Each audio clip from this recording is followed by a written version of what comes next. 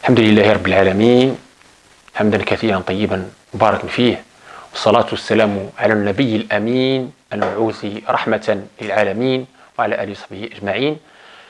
Toujours dans cette série justement comprendre notre belle religion, لنفهم هذا الدين حق فهمه.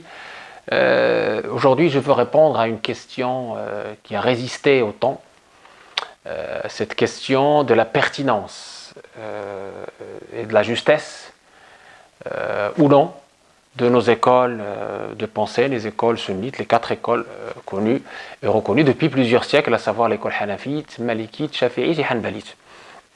On entend des voix qui s'élèvent, qui disent que voilà, il faut réformer, il faut peut-être trouver une 5e école, il faut refaire la lecture ou l'interprétation de nos textes, etc.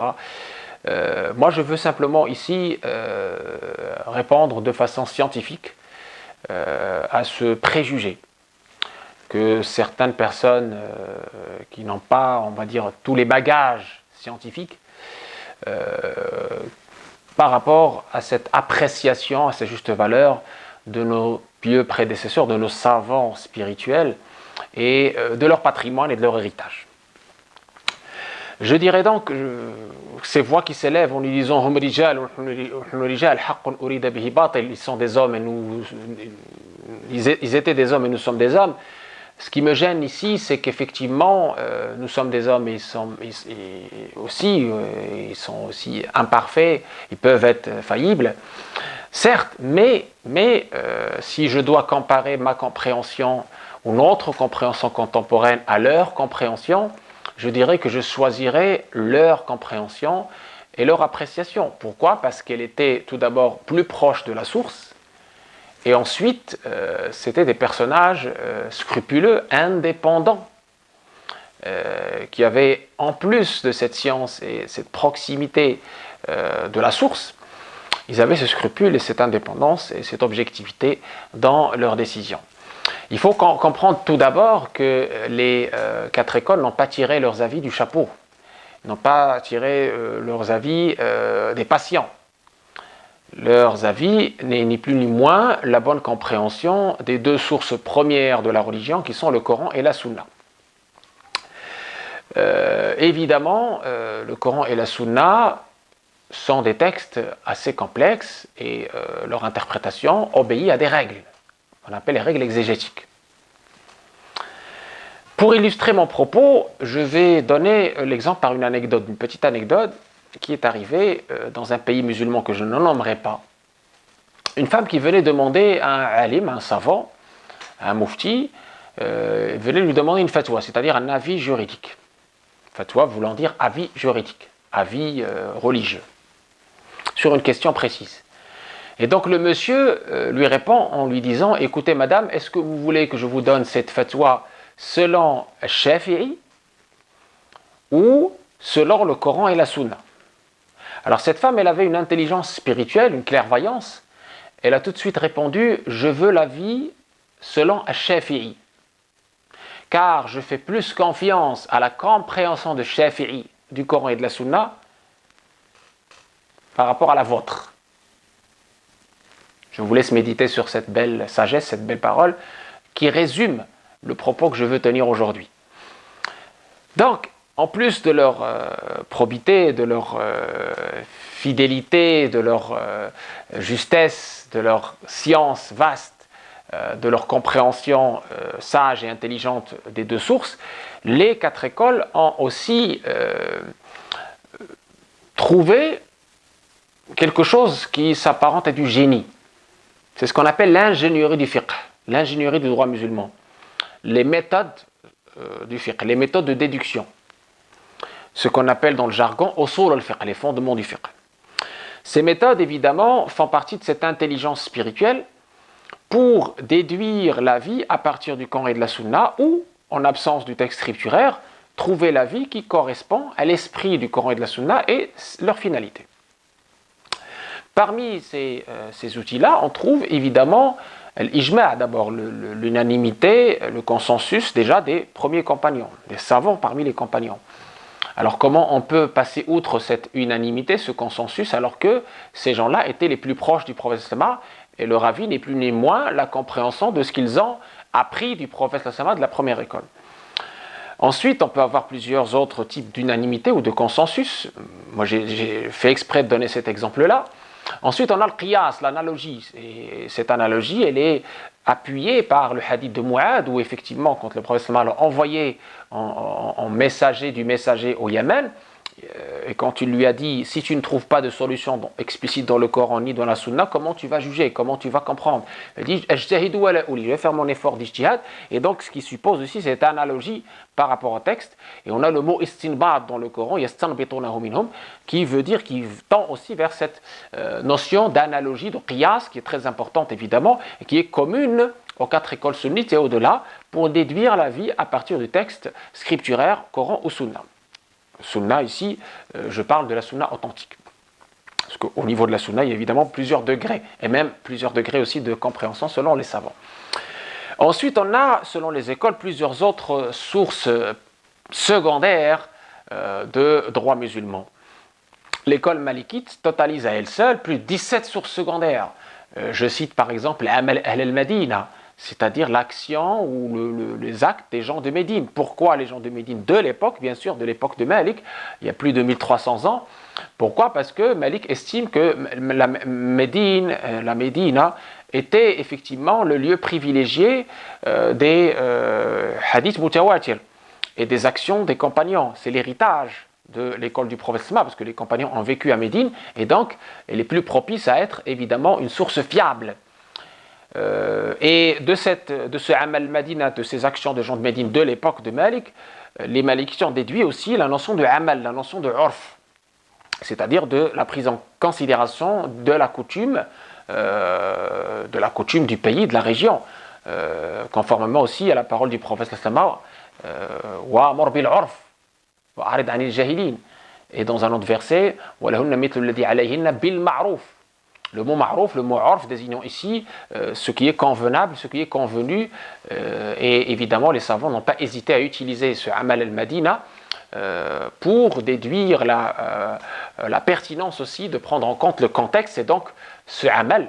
Ils ont même dédié à ça des ouvrages comme l'Amal al-Fasi, l'Amal Tilimsani, l'Amal al-Qurtubi, l'Amal Soussi, etc., qui montrent cette intelligence aussi de la prise en compte du contexte en plus du texte. Donc il y a le texte et le contexte.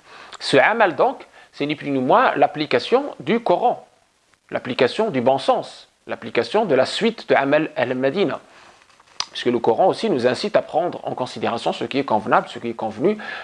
La coutume, si elle ne contredit pas évidemment la loi religieuse et ses finalités, elle peut être prise en compte. Les Malikites notamment mettent en avant ici la prise en compte de la coutume dans par exemple la définition de la pension alimentaire, donc le montant de la dot, donc les formulations des divorces, etc., donc des formules commerciales. Tout cela évidemment pour eux est libre et ouvert par rapport à cette considération de la coutume du pays, hein, le ma'rouf ici voulant dire convenable. Je cite également parmi ces sources secondaires une belle source qui s'appelle Masalih al-Mursala, la prise en compte de l'intérêt commun. Je cite aussi en exemple Saddud Dara et la prévention de l'inconvénient, conformément au verset d'Allah qui nous parle des polythéistes, en y disant n'insultez pas les pierres qu'ils invoquent en dehors d'Allah, qu'ils adorent en dehors d'Allah, parce qu'ils vont insulter Allah. Donc les savants malikites disent ici, effectivement, on ne va pas rentrer dans leur jeu, même si évidemment ces idoles de pierre ne valent rien, mais on ne va pas les insulter parce que justement, ils vont répondre par l'appareil. Cette prévention de l'inconvénient, éviter quelque chose qui peut être bonne pour ne pas tomber dans une nuisance. Très important. Ça fait partie de cette intelligence. J'ajoute aussi l'istihsan, j'ajoute aussi l'akhdh bil ahwad, j'ajoute aussi d'autres éléments qui sont vraiment de l'ordre du bon sens et de l'ordre de l'intelligence du fiqh, de l'ingénierie du fiqh. J'ai dit 17, effectivement, je les ai résumés et même détaillé dans mon livre qui s'appelle le savant de Médine, l'imam Malik, savant de Médine. Tout ça pour dire quoi? Pour dire que tout simplement, il faut avoir de l'humilité quand on parle des écoles juridiques. Et que malheureusement, les gens qui appellent aujourd'hui à s'affranchir des écoles ont la mémoire courte. Parce que s'affranchir des écoles, c'est exactement ce qu'a fait quelques sectes destructrices telles que Daesh, qui a décidé de s'affranchir des écoles en disant Hum rijal ou Nahnu rijal, on va interpréter nous-mêmes le Coran, et donc ils sont tombés dans leur petite compréhension du texte sacré, et donc dans une interprétation littéraliste, dangereuse, et selon leur passion du texte, et donc ils ont dévié, et ils ont causé, comme vous le savez, le chaos et le désastre. Ils ont souillé, bien évidemment, dans le même temps, l'image de cette belle religion. Donc ces écoles, ces jurisconsultes, ces savants sont là pour protéger notre belle religion et sa compréhension des interprétations farfelues, hasardeuses pour des fins terrestres.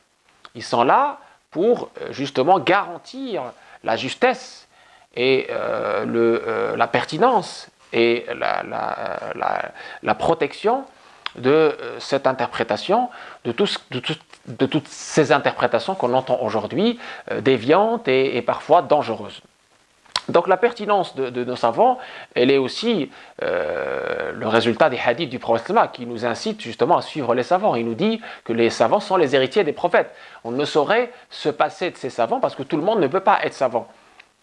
C'est comme les métiers d'aujourd'hui, on a des spécialités, donc on ne saurait se passer de ces spécialistes et aller vers des non-spécialistes pour poser nos questions. Ce serait évidemment pas juste et pas correct d'avoir cette démarche-là. Une démarche aussi humble qu'il faut avoir, c'est avant de jeter le bébé avec l'eau du bain, faire l'effort d'étudier ces écoles, d'étudier la biographie de leurs fondateurs. Ce ne sont pas des gens qui ont fait ou ont fondé ces écoles juste pour plaire à un tel ou pour suivre une passion. Non, loin de là. C'est des gens qui ont sacrifié leur vie, qui ont eu une abnégation, une science vaste et ont aussi une moralité, une spiritualité éclairée. Je donne l'exemple de l'imam Malik, lorsque Ja'far al-Mansour lui a demandé d'élargir et de propager son école partout, et donc de faire du Muwatta, le livre de l'imam Malik qu'il a compilé, le livre de hadith, de faire de son livre une référence de son empire, de l'empire abbasside. Malik a refusé. Il a dit non, je ne veux pas que mes avis soient les avis qui soient propagés dans toutes les contrées, fil amsar, parce qu'il se peut que les compagnons du prophète ont voyagé partout et il se peut qu'ils ont diffusé des choses qui contredisent ce que j'ai diffusé. Et dans l'école malikite, on a parmi les sources secondaires Mura'at al-Khilaf, la prise en compte de l'avis divergent, par respect à l'avis d'Abu Hanifa, et les exemples se multiplient. Abu Hanifa, en parlant de ce premier, parmi les premiers jurisconsultes fondateurs de la première école juridique, Abu Hanifa, quand il a été confronté au pouvoir en place, toujours ce fameux Ja'far al-Mansour, quand il lui a demandé d'être le qadi, le magistrat, il lui a proposé cette fonction noble, eh bien Abu Hanifa, par sa sagesse, il a dit laissez-moi le temps d'aller voir ma famille, et il a disparu. Il n'a pas accepté cette fonction. Pourquoi? Pour ne pas céder justement aux passions d'un pouvoir tyrannique qui était ce pouvoir-là. Donc tout cela pour dire qu'effectivement cette indépendance, ce scrupule de nos savants, il était là pour nous rassurer par rapport à leur objectivité, par rapport à leur neutralité, par rapport au fait que leur science n'a pas été choisie de façon comme ça hasardeuse pour être les écoles qui ont reçu l'aval et surtout le consensus, l'ijma' de la Ummah sur leur pertinence et sur leur probité et sur leur justesse. Je me rappelle ici le hadith du prophète la tujmi'u ummati ala dalalah. Ma communauté n'a pas ou n'aura pas de consensus faux, c'est-à-dire les savants de la Ummah, s'ils sont d'accord sur un principe, sur un point, eh bien, yadullahi ma'al jama'a, c'est qu'il y a là-dedans la vérité, la baraka, la bénédiction, et ils ne peuvent pas avoir un consensus faux. C'est très important de considérer ces outils de la jurisprudence avant de jeter le bébé avec l'eau du bain et avant de commencer à diffamer, disputer, on va dire, ces savants-là, leur science et leur probité, leur objectivité, leur neutralité, leur pertinence et leur bagage à la fois scientifique et spirituel. Je termine en disant que ces savants-là, contrairement à beaucoup de nos contemporains, ne passaient pas leur temps à diffamer les autres et à mettre en garde contre les autres. Ne passaient pas leur temps à médire, au point que même Abu Hanifa, vis-à-vis de ses ennemis, on ne l'a jamais entendu, disait Soufiane Théouri, on ne l'a jamais entendu dire un mot de travers sur ses opposants, même sur ses pires ennemis. Donc c'est des gens qui étaient vraiment des savants spirituels, ulama rabbaniyin, qu'on ne peut que justement respecter et considérer le travail énorme qu'ils nous ont laissé. Évidemment, ils ne sont pas sacrés, ils ne sont pas infaillibles, mais de là à les bannir et à les diffamer et à commencer à dire que voilà, ils sont des hommes et nous sommes des hommes, là, je dis, il y a évidemment un manque d'humilité et il y a un manque de moralité dans cette démarche et surtout un manque de science. Pourquoi ? Parce que si ces gens-là ont lu et on fait l'analyse et l'étude qu'il faut de ces écoles-là et surtout de leur méthode, ils auraient évidemment beaucoup d'égards et beaucoup de respect pour ce génie, pour cette ingénierie du fiqh qui est très importante et qui est là pour préserver notre religion contre toute instrumentalisation pour des fins terrestres. Et donc je finis par dire que évidemment parmi les éléments essentiels de la science, c'est le scrupule et la moralité.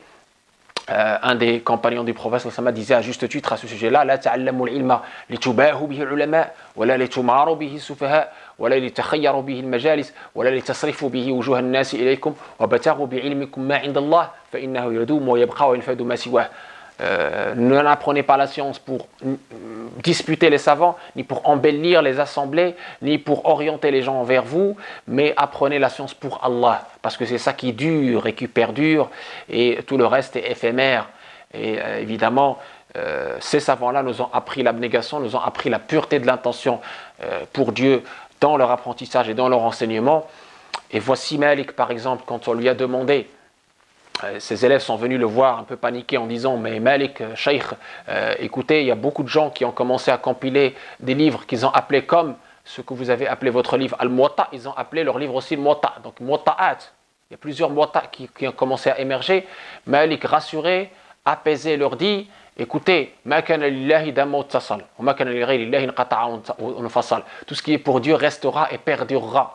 Et tout ce qui n'est pas pour Dieu, évidemment, périra et ne transcendera pas le temps et l'espace. Et c'est exactement ce qui s'est passé. Le Muwatta de Malik, on entend parler jusqu'à maintenant, c'est une référence jusqu'à maintenant.